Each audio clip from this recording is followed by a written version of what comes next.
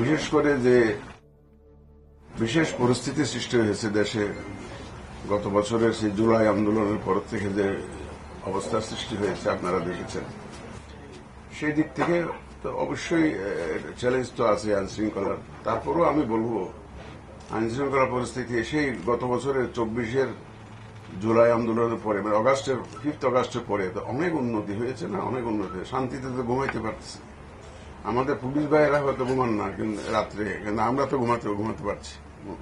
ওনাদের সেবার মাধ্যমে আমরা তো ঘুমাতে পারি, এখন নিশ্চিন্তে তো ঘুমাইতে পারেন। আমরা কিন্তু 5 আগস্টের পরে ঢাকাতে অন্তত সপ্তাহ 2 ঘুমাতে পারি নাই। পুলিশ অপারেশনাল ছিল না, তাদের থানাগুলো অপারেশনাল ছিল না। স্ব-উদ্যোগে নিরাপত্তার ব্যবস্থা করতে হয়েছিল, আমাদের সিকিউরিটি অ্যারেঞ্জমেন্ট করতে হয়েছিল। অবশ্য ইমিডিয়েটলি কিছু আর্মি ক্যাম্প বসিয়েছিল। এখন তো সেই অবস্থা নেই। এখন আল্লাহ চায় তো অনেক ভালো। আমি বলবো পৃথিবীর যে সমস্ত দেশে এ ধরনের বিপ্লব হয়েছে, এ ধরনের অভ্যুত্থান হয়েছে, এগুলো হয় কি যখন একটা দেশে রাষ্ট্র, সরকার, দল এক হয়ে যায়। এখন রাষ্ট্রীয় প্রতিষ্ঠানগুলো সরকার, রাষ্ট্র, দল, রাষ্ট্রীয় প্রতিষ্ঠান সব এক হয়ে গেলে যখন সরকার পতন হয় সব একসাথে ধসে পড়ে, সরকারের সাথে সাথে সব ধসে পড়ে একসাথে।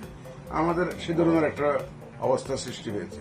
যে সমস্ত দেশে এই ধরনের ঘটনা ঘটেছে, ওই সমস্ত দেশের সাথে তুলনা করলে আমি বলবো, অন্তত আমার যতটুকু জ্ঞান আছে, বাংলাদেশের অবস্থা অনেক ভালো, আলহামদুলিল্লাহ অনেক ভালো।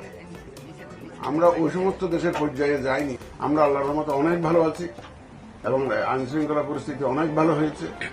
এবং আপনারা দেখবেন, নিশ্চিতভাবেই দেখবেন যে ইলেকশন আস্তে আস্তে দেখবেন, ইলেকশন তারিখ দিনক্ষণ গণে আস্তে আস্তে ইনশাল্লাহ আমার বিশ্বাস অবস্থার আরো উন্নতি হবে। আমরা সবাইকে নিয়ে, আইন শৃঙ্খলা বাহিনী সবাইকে নিয়ে আমরা ইনশাল্লাহ এমন একটা পরিস্থিতি তৈরি করতে চাই যেখানে মানুষ শান্তিপূর্ণভাবে নির্ভয়ে পছন্দের প্রার্থীকে যাতে ভোট দিতে পারে, সেই ধরনের একটা পরিস্থিতি আমরা সৃষ্টি করতে চাই।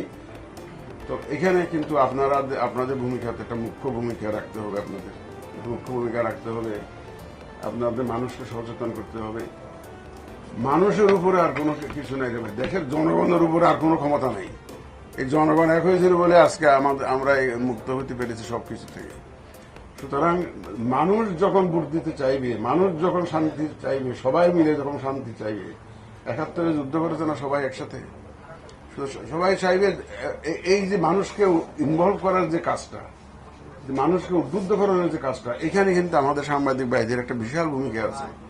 আপনারা সবাই মিলে, আপনারা তো সবাই তো মঙ্গল চান, দেশের মঙ্গল চান, আপনারা সবাই শান্তিপূর্ণ নির্বাচন চান। সুতরাং আপনাদের একটা ভূমিকা এখানে থাকবে। আর চ্যালেঞ্জের মধ্যে এই আইন শৃঙ্খলাটা, আমি বলবো যে চ্যালেঞ্জ থাকা সত্ত্বেও ইনশাল্লাহ এই চ্যালেঞ্জ আমরা মোকাবেলা করতে পারবো।